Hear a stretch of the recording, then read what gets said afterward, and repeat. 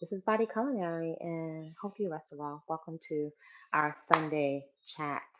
So, in today's Sunday's chat, I'll be answering questions that you may have about yoga and fitness, getting started, restarting, and we're going to be exploring how feeling really overwhelmed, how that steals your fitness or has possibly stolen your fitness goals. So that's what I'm going to chat about. So grab your water. I'm going to take another glass of water. If you're interested in all things having to do with whole, fresh living and unprocessed foods and fitness as a lifestyle, that is what I dedicate this channel to.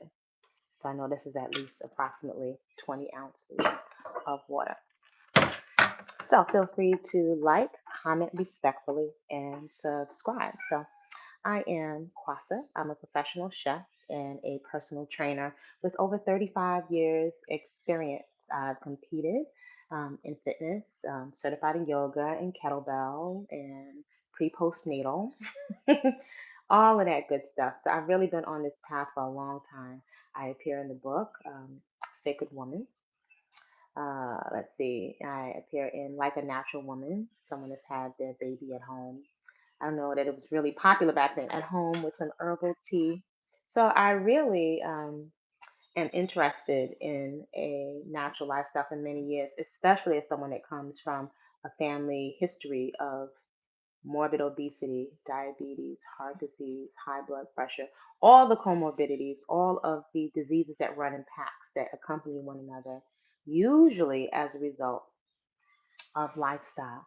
So I dedicate my life to the path of getting to the root of self sabotage. And I would say, even more, the self soothing, right? Why we're engaging all these self sabotaging behaviors. It's for a reason. As humans, we don't do anything without a reason. So that's what we explore. Not only do we explore the mindset, but I encourage you to get into action around the things that you say are important to you. So that's what I dedicate to this channel to. Um, Also, if you're looking for some guidance, I do have several books. One of them is Whole Living Foods in the Hood with menus to fit your budget. And in that book, I give you a list. Actually, I'm really, really practical. So I give you practical shopping lists of whole, fresh living, unprocessed foods. So while many people today speak to, like the term raw vegan, um, I'm wary of getting caught up only in the labels because the labels don't necessarily mean results, right?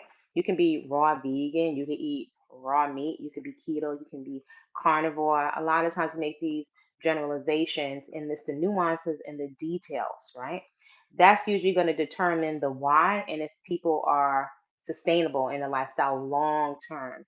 I've known for many years that I want to be able to sustain being healthy and fit and vital. Well into my hair is white. So, in going on 4 decades of living this lifestyle, I'm reaping the benefits of having made deposits, pretty consistent deposits, when it comes to fitness, when it comes to a way of eating. And by the way, I used to be a junk food junkie. When it comes to constantly engaging in ways of expressing myself creatively, and finding ways to um, offload and manage stress, when it comes to finding joy that is not dependent on my looks, that is not dependent on other people.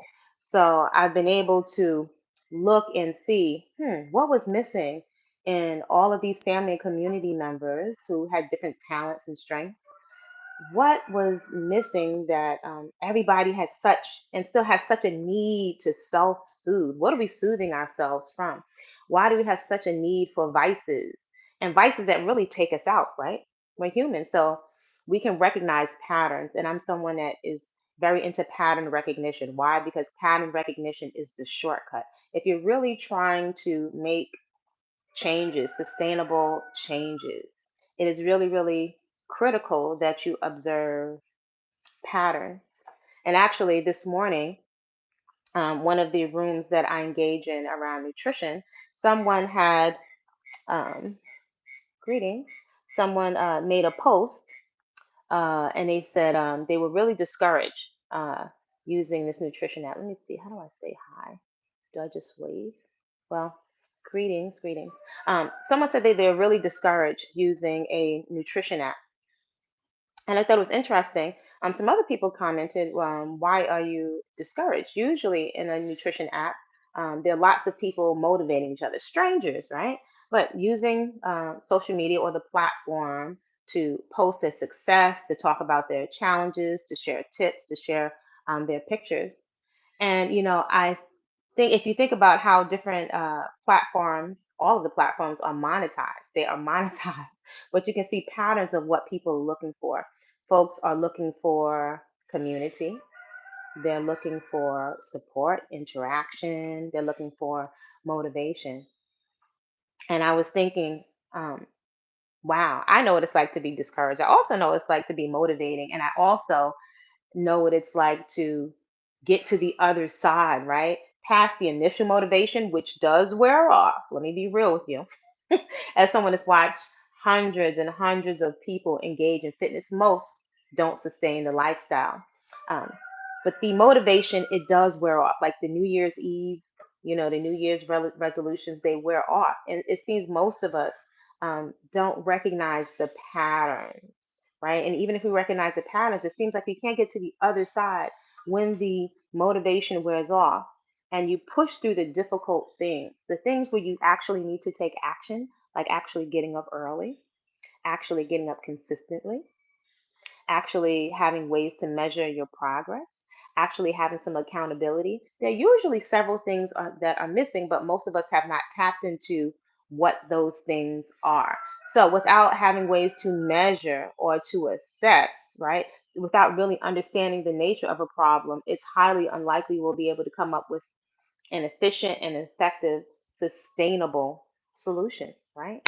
So this is why we use coaches. This is why I'm a coach that is an avid user of coaches. I would say I'm a connoisseur of coaches. I really appreciate coaches, not because I don't know anything, but because they shorten my learning curve, right? So when you look in whole living foods with menus to fit your budget, you're going to find different shopping lists. You'll see the receipts that are there, and you'll see what whole foods I am shopping for with pictures of the foods, sometimes buying by the case, sometimes shopping at the food co-op, sometimes shopping at the farmer's market, and you'll see what I'm shopping for myself and my family. And then that's not our food preparation class, that it is really, really critical for you to have some ideas of what are the different types of combinations, what are the things that I'm making with all of these whole foods, because you'll actually start to see distinctions, and I love distinctions over here. Distinctions, I like to say, make the difference.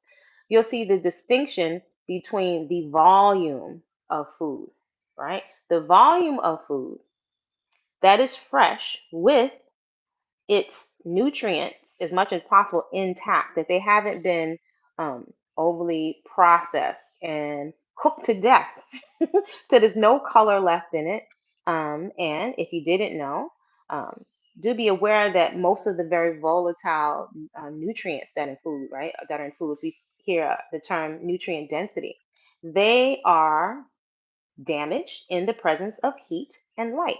So at very high temperatures, right? Because we know this oxidation, we see when we open an apple, we are also oxidizing. The foods start to oxidize, and the more you cook it, just think of the food being fresh, and then sometimes you leave it on a fire too long, and it goes, to crispy, crispy. You burnt it.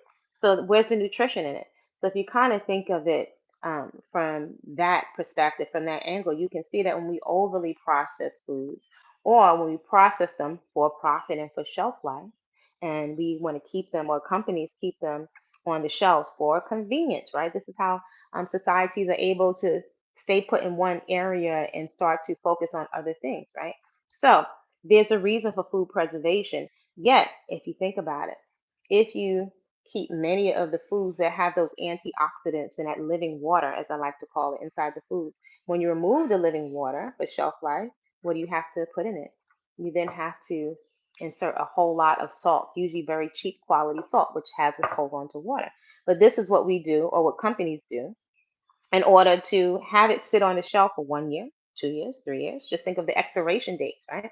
If you're handling your own food and you're dealing with whole, fresh living and unprocessed foods, you'll find another distinction that the food will rot very easily. So that could be, and it's likely one of our frustrations when you're endeavoring on a lifestyle of eating more whole, fresh living and unprocessed foods.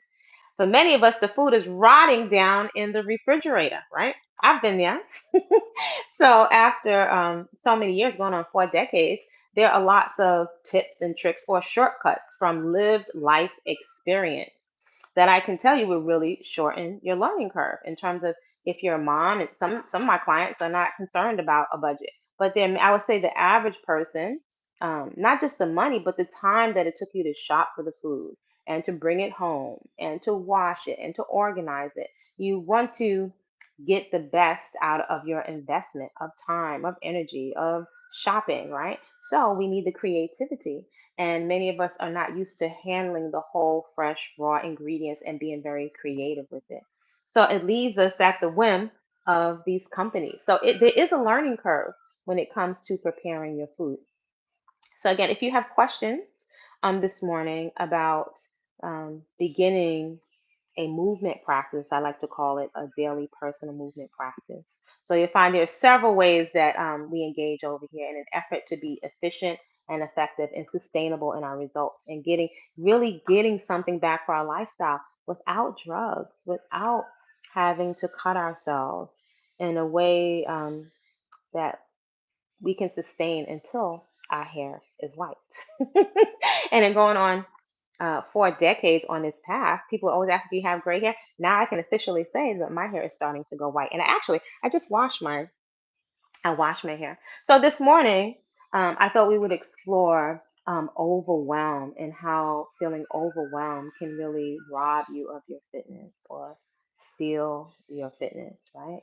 We like to frame things in that way. I'm big on reframing, like slowing down to understand just how impactful the way you have your approach or becoming aware of how um, you frame what has happened to you, what is happening out in the universe, how that can totally take the wind out of your sails, your motivation when it comes to doing the things you need to do to actually get fit, right? The seasons are starting to change, especially if you're in the north, it's starting to get cold. So now it's going to become really challenging to get up and to get into action.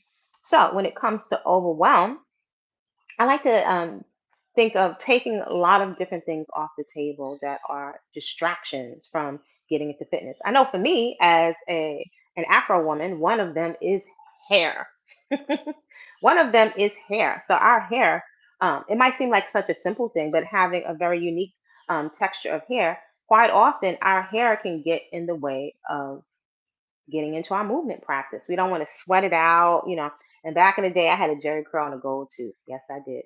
I've had a perm. I've had my hair pulled out from too tight braids, and my ears cinched from hot comb. So that to me is stress and overwhelm. Trying to maintain ourselves as we go out into the work world. Many of us are on social media, promoting our services or sharing what our mission is in the world. So we want to look a certain kind of way. I would even say, as an Afro person, I found, and it's not limited to Afro people, maybe to show up different way for women that, or men that are older, that are balding, that have acne. I've had a face full of acne and a hyperpigmentation, and it usually doesn't sell well. It usually doesn't sell well, and it's a lot of pressure, and it's understandable to look a certain way in order to um, entice people to buy your products. Yet, I found, you can let me know what you think. It is so overwhelming, right? Social media has us to be very performative, right? We're performing all the time, and I don't know about you all. I find it mentally stressful. I can appreciate makeup and be an artist and expressing myself, but then also I know that my skin, when I had at its height, when I started to get acne all on my cheeks, and I don't have any foundation on, when I started to get it all on my cheeks and just like, ugh, it was just horrible. It was just so horrible on my cheeks, on my forehead, on my chin. Like, it was so uncomfortable. And intuitively, I knew that putting makeup and cover ups on it, it's like the skin couldn't breathe and the skin couldn't heal. yeah, if I'm going to train people in a corporate environment where, as a trainer in a corporate environment, a high-end gym, you have to present a certain kind of way. I had to present a certain kind of way as a flight attendant. I even had to present to a certain degree, a certain way, working as a chef, a professional chef, in a really high-end kitchen in New York City on the Upper East Side. So we have to present. But I felt so uncomfortable. I felt so stifled as a woman that is menopausal. That's a whole nother set of body changes, right? Many women don't even know what is coming down the pipeline for you. So to feel comfortable, like so you can breathe in the fabrics and you're not suffocating, feel like your skin can breathe. I often wonder, like, am I the only one that feels like this is the amount of things that we have to do just to walk out in the street, just to be able to go out and do our work? The amount that we have to spend on products, I just feel like it's overwhelming. And at some point, you could just like, forget about it. And so you still put on certain things to go to work. But then when it comes to the self care, right? And I'm self care, I'm not talking about perfume and just outfits, though I like outfits too. I'm talking about having the mental, emotional energy, right? You can't see it, but it doesn't appear that it occurs to us that a lot of that motivated energy, we spent it already, and that we're feeling dramatically overwhelmed by the amount of things we have to do to perform. So, what does that look like? That looks like many of us won't work out, right? Because we can't wear makeup during the workout, or to travel to the gym, work out, sweat, shower, or shower before, before the gym, go to the gym, work out, shower after, travel home, get ready for work. It just becomes a lot. Some people, in my circles of women and mothers and professionals that have competed, sometimes doing that several times a day. If you're looking to release a lot of excessive, unhealthy weight in the body, it just feels like a lot. So, in taking a lot off the table, I have found it is liberating. Maybe it's not so popular, but I have found it is sustainable and it's very freeing. So, back to one of those things is my hair. I have to me, a unique texture of hair.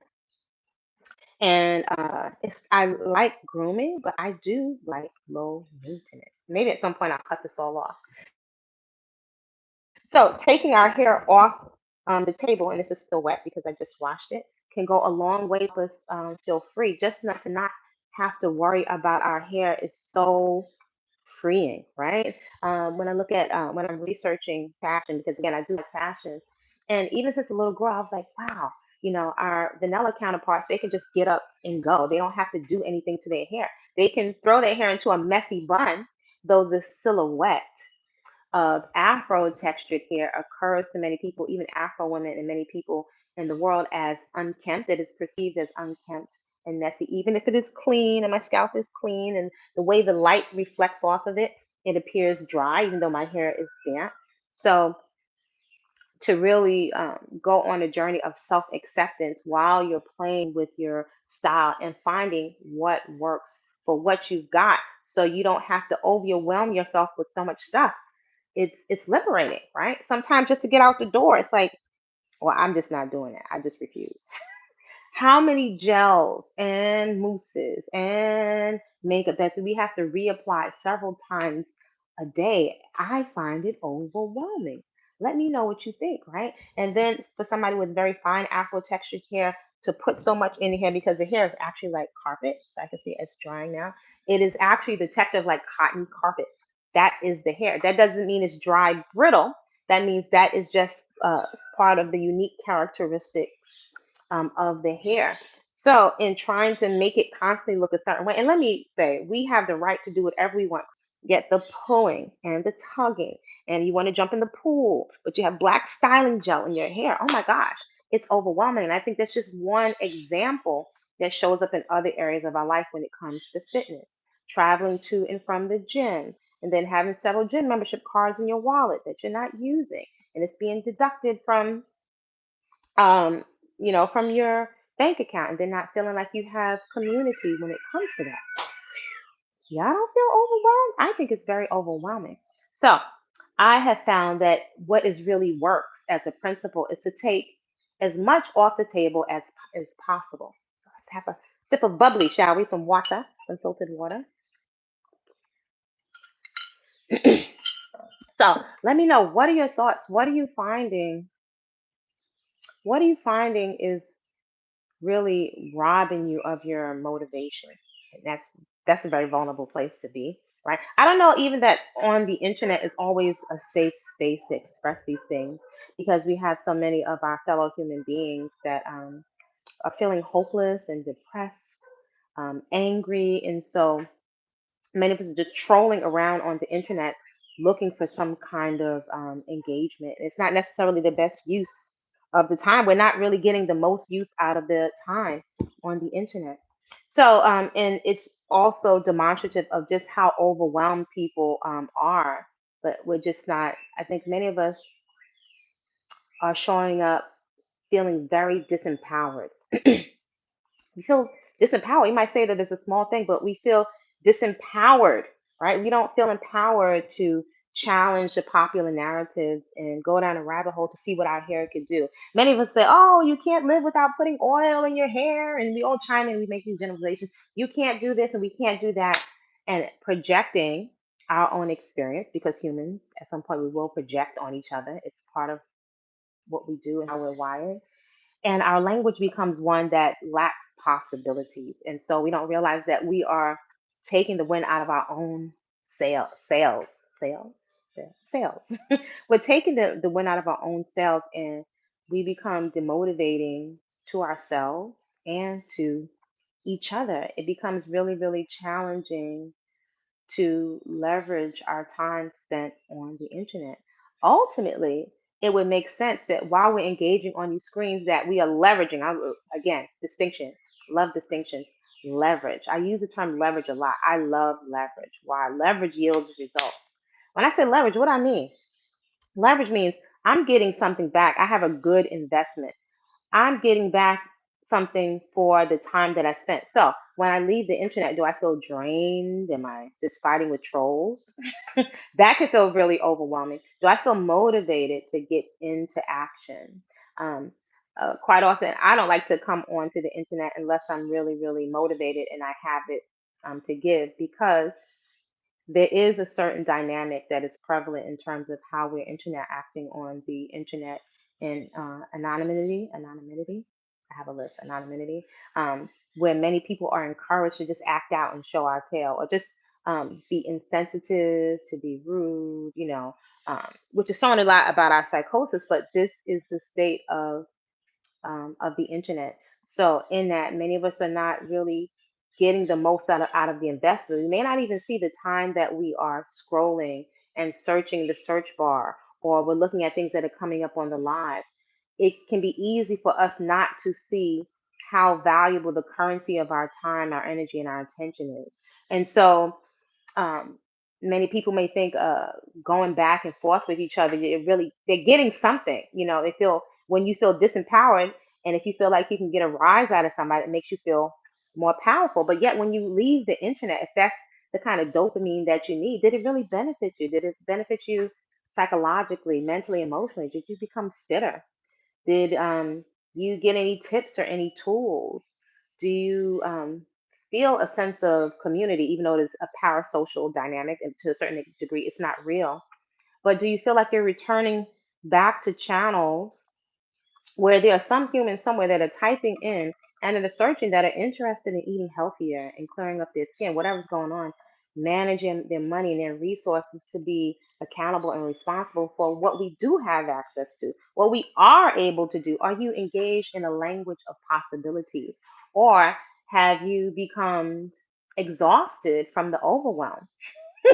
And maybe perhaps angry at the overwhelm and feeling, usually behind anger, underneath anger, there's usually sadness and resignation, um, and feeling disempowered. So you're getting something back for your time on the internet. And one of the ways I measure that is if I am inspired to get into action. What does getting into action look like? It means I'm inspired to move my body vigorously in my own house, in my movement practice. What does that look like? That looks like me being more creative with my fruits and my vegetables and how I chop it. Even as a chef, I'm being more creative, and I found more tips to store my fruits and vegetables better. These things seem so simple, yet we're overlooking a lot of real treasures that are to be found, even in such a pool of what I would call triggeration and negativity, there are a lot of gems um, to be garnered from your time spent on the internet. So, again, if you have any questions while I'm here this early Sunday, if you have questions about yoga and fitness as a beginner or somebody that's returning to fitness, and if you're feeling overwhelmed, can you identify what are the things that are making you feel so overwhelmed that you just can't seem to get your energy back up to get into action? So, one of them I identified is feeling frustrated by your hair. And I don't know, I may shave this all off at one time. Did want to have the experience, but it's a beautiful thing. It's a really freeing thing to not think about my hair. And it is a creative challenge to see what I can come up with that feels effortless. Where I don't have to always think about slicking down my edges, where my scalp can breathe, where oil's not running down into my face, and that won't take away from my movement practice, my AKA workout, right?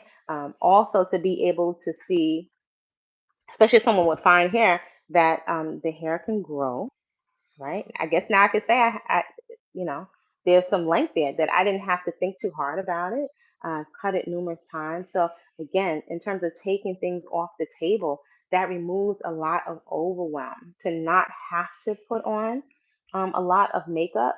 I don't care for a lot of makeup. Sometimes I'll put a little mascara on because yes, it's a screen and you want your skin and stuff to pop, but to not have to wear a whole lot of makeup as someone has had a lot of acne so that my skin can heal. Oh my gosh, that releases so much overwhelm. Think of the amount, when I think of the amount of products, everything natural and unnatural that I purchased, that was so much money, looking for so much hope, so much relief, when the thing that cleared up my skin was my daily movement practice and that deep, intense sweating. It was 100% living foods for me that allowed my skin to heal, that allowed my body to do what it knows how to do. The body, I would say, knows what to do in the presence of whole, fresh living, unprocessed foods. A daily, vigorous personal movement practice because of the way it makes you feel, and so that you can release a lot of stress. And then garden slash nature therapy, which I would say triggers you in reverse. It triggers, right? Triggering automatically. It triggers your body into calm, into relaxation. And isn't that what we need? We're being triggered automatically without thinking about it, right? In terms of how our psyche is wired. Every time you turn on these screens, whether you realize it or not, and you can let me know what you think respectfully in the comments, we're triggered into feeling hopeless, overwhelmed, which we're talking about here, disempowered, scared. We've talked about a lot on this channel the six basic human fears: fear of loss of love or never finding love, fear of old age, fear of poverty, fear of illness, fear of death, and fear of criticism slash judgment. These are the basic human fears that affect all people, right? And we may not realize, even in a lot of the entertainment, these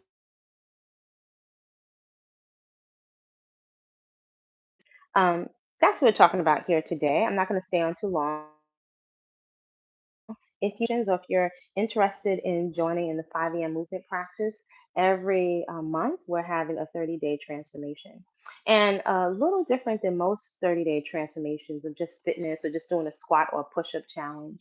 The goal over here is to really imbibe a lifestyle so you can have vitality, right? You can go the distance, that you stay in a movement practice, aka exercise, long enough to get to the other side of when your motivation leaves. Because the motivation, it doesn't stick around. It's going to fade out. And what are you going to be able to do when it's cold, when it's tired, when your resources are challenged, when you have relationship challenges?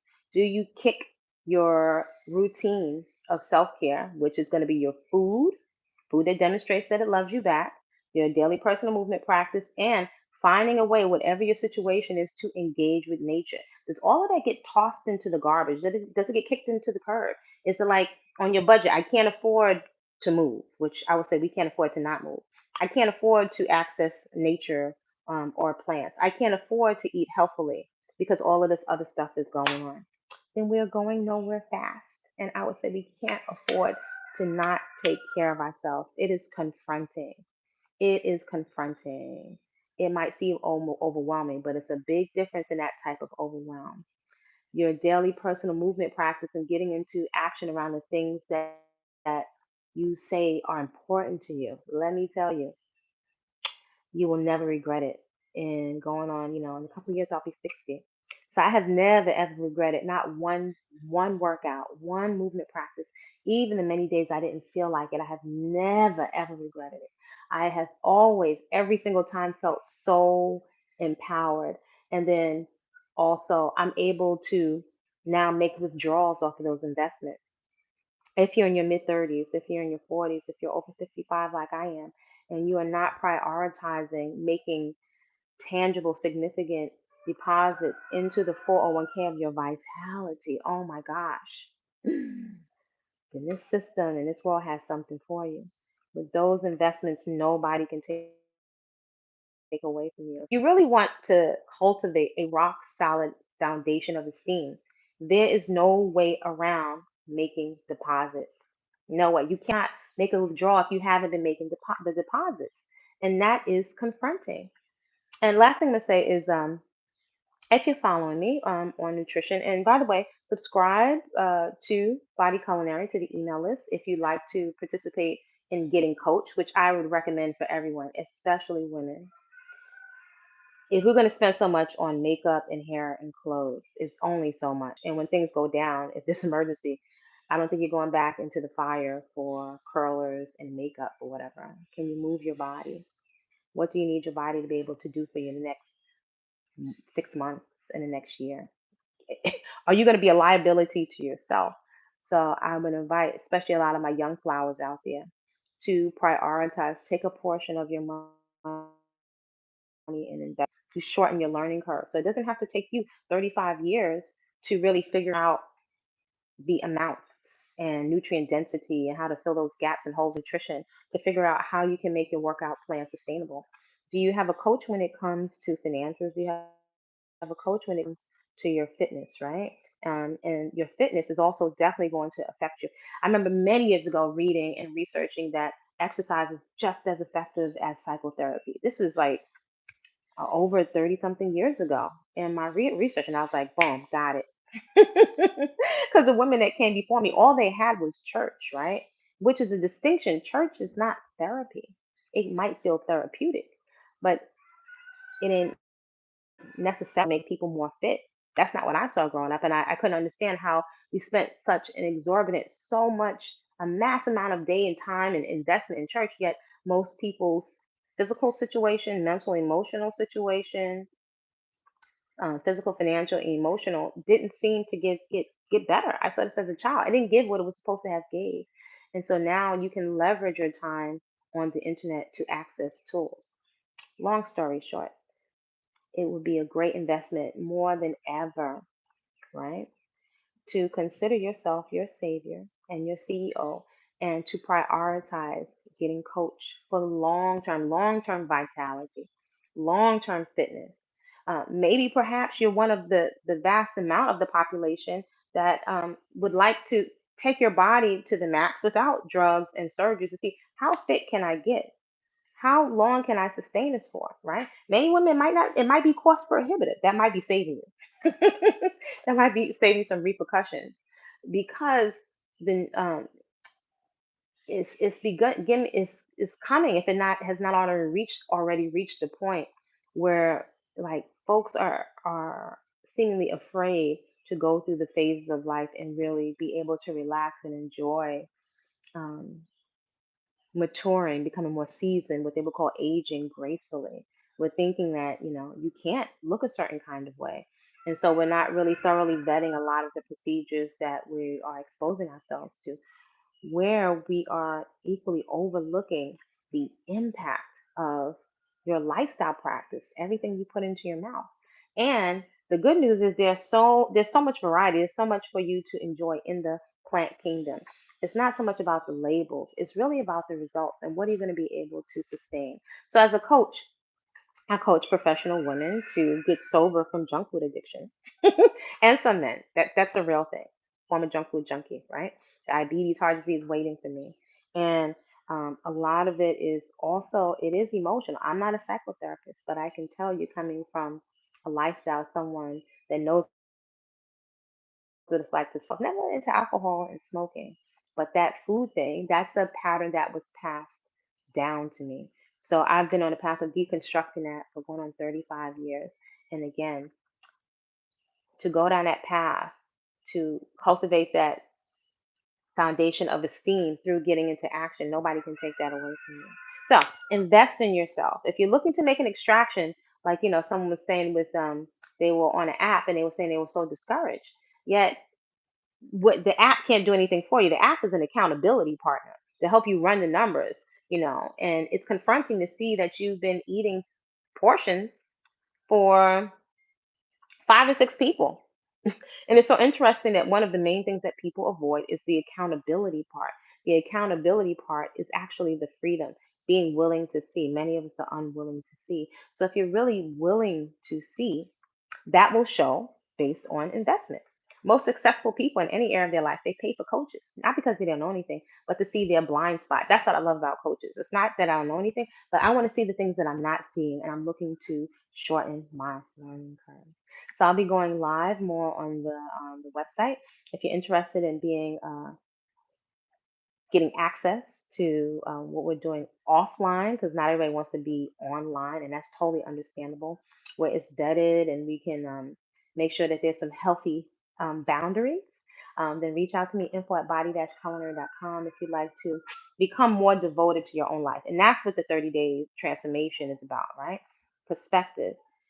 More so than I'm going to do this and I'm going to squat every day, 100 squats. If your mindset is, I'm going to become devoted to my life, yes, before your children, yes, before your spouse, before your pastor, before everybody, that usually is going to show up how you're investing your time, your energy, your resources, your money, spending it on your fitness, not necessarily more gym memberships. It's going to show on your calendar as a standing appointment that you respect. And before I go, I'll say this. Again, a big distinction, one of the areas that is often overlooked is the 30 days of becoming devoted to your own life. That's going to mean sitting with confronting the difficult emotions of when you reach for that thing, that substance or that vice that soothes you as a way or means of coping with stress. When you can hear your internal dialogue really beating you down more than anybody externally. Sitting through that is key. So I'm here as your motivation partner. I have to do my workout, you have to do yours. But having good company and accountability and being able to measure works. Shorten your learning curve, invest in a coach. So I'm inviting you to replay this perhaps again, and it means as a way to leverage your time spent on the internet. Grab something and declutter. That's a hint, right? That's a little tip. Anytime you're feeling overwhelmed and feeling anxious, it's too much, grab something and start cleaning it. You can work that apple flower wisdom, as I like to call it, burn some sage, some incense, or really super old school, burn a pot of cinnamon so that the smell is inside the house to sweeten the house. So burn some cinnamon, open the windows, and start cleaning. And then there's also contemplation, which we'll talk about more. And there are several videos on contemplation. These are simple lifestyle practices that give you so much back for the investment of time, energy, and attention spent. All right, so reach out to me respectfully. Let me know your questions. Create a great day on purpose, full of actions where you feel proud of yourself, right? See you soon. Like, comment respectfully, and subscribe.